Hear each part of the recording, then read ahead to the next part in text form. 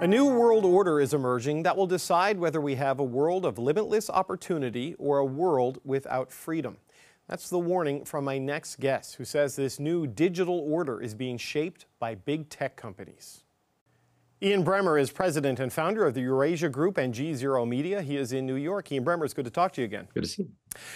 On this program, we've talked a lot about the global security order and the global economic order, but not much about the global technology order that you argue is emerging now. What does that look like in your view? Well, it's driven by technology companies. We're used to geopolitics and our world being driven by governments. But when we talk about the technology space, governments do not have the expertise. They don't have the institutions. They don't have the ability, at least not for the near future, to be driving the bus. And so what that means is a very small number of very wealthy, very powerful men that run these companies, these tech companies that are driving the rollout of artificial intelligence, are actually making the decisions about how AI will play out in the economy, in security, in our political space, and as we identify as human beings. Yeah, and you argue in your new tech talk that this order, driven by these rich men as you describe it, it's going to decide whether we have a world of limitless opportunity or a world without freedom. Those are quite the stark outcomes. How can you expand on that?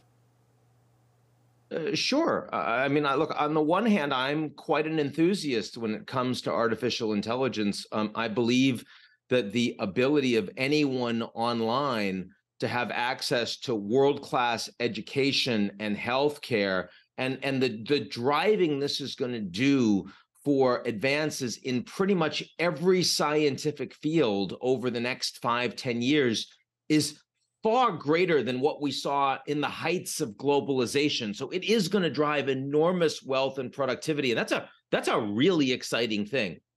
On the other hand, it is also driving extraordinary disinformation. It's allowing tinkerers and bad actors to have access to things that would, radically improve the creation of malware, the creation of bioweapons, lethal autonomous drones. I mean, we all know that it's not guns that kill people, it's people that kill people, and guns just make it easier. AI takes that exponentially greater. And even if companies were prepared to self-regulate, and they're not, because they're spending all of their time and money just to try to build those advances as fast as possible so the other company doesn't get there first. But even if they were trying to self-regulate, you'd still have all of these new algorithms in the hands of lots of people, some of whom want to do good things with them, and some of whom don't. And that's happening at the same time. Maybe the easiest way for me to explain it is when we had globalization and all of this incredible growth for 50 years, we also had climate change. And there are consequences of the same basic drivers of we had all this growth and we all benefited, but then we had all of this carbon in the atmosphere and nobody wanted to pay for that, which means that you and me and our kids pay for it. AI is doing all of that at the same time and a hell of a lot faster, not over 50 years, but over like 50 months. And we're just not ready for that.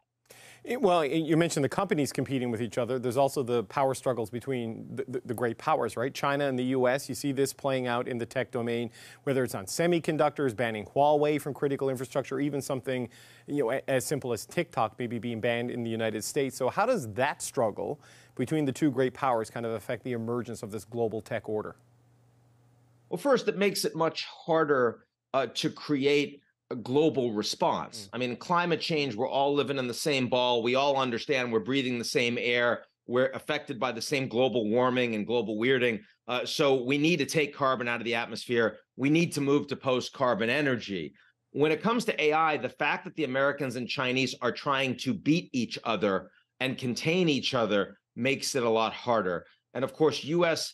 export controls on semiconductors for the very chips that the Chinese need to use for advances in artificial intelligence means that there's no coordination, especially if you think about how these weapons, that these tools might be used as weapons. I mean, China's building another 1,500 nuclear warheads with enriched uranium from Russia. We don't have a single arms agreement on nukes with the Chinese. Now you're talking about AI. You think we're going to sit down and talk with them about that? It makes it a lot harder. But I go back to my earlier point, which is still overwhelmingly the actors that are driving how artificial intelligence is deployed and used and profited from is really not the US government and the Chinese government, at least not yet. For now, it's actually these corporations. So how do you confront that? I mean, we've come together on climate change with the international panels to come up with plans, and there is a mutual cooperation there. But as you mentioned, the competitive nature between the U.S. and China, for example, makes that unlikely. And you can't even get agreement at forums like the G7 and the G20 on how to tax the big tech companies. How do you contain this sort of artificial intelligence revolution they're driving? Well, one is that you make people aware of it. I mean, 6 months ago, there wasn't a single head of state that I was speaking with that was asking me about AI.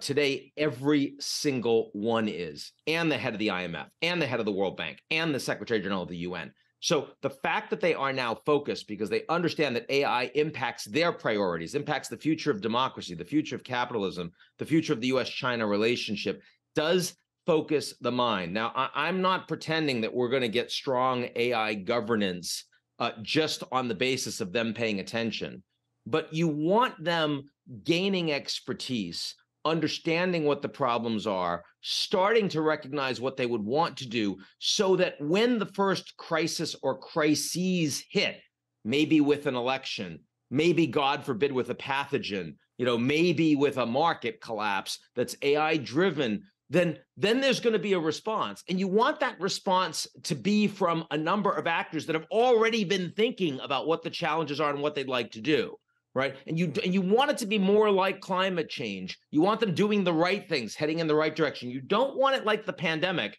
where the response to the pandemic is disinformation and partisanship and blaming each other in the United States, or the US versus China, where the CDC today is actually a weaker institution, a less legitimate institution than it was before the pandemic hit. Nobody wants that with AI. That would be a very bad outcome. So, but given its potential and its potential to be weaponized and used, I mean, do you think we end up with a collective response, or do we end up with sort of a digital arms race between some of the countries?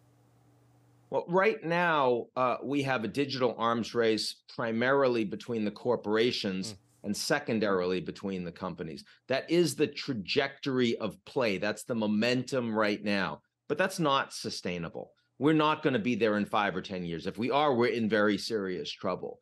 And part of the reason why I'm raising this, I mean, I'm spending probably more of my time right now on understanding the geopolitics of artificial intelligence and what that means in the policy realm, because I've got a platform and people will listen to me on this issue. So I think we need to do this. I mean, 30 or 40 years ago, I would have been, if I were in the same position, I would have been spending a lot more time on climate change. And I'm glad that a lot of people did that, because we now have more people investing in EVs, electric vehicles, and critical minerals, supply chain, and solar, and next generation nuclear. Thank God, right? Because, I mean, it's already late.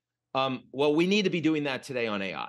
That is the point. If you ask me right now where I think we're going to be heading, the answer is completely uncertain. This is an almost virtually greenfield space, but it is not a sustainable trajectory.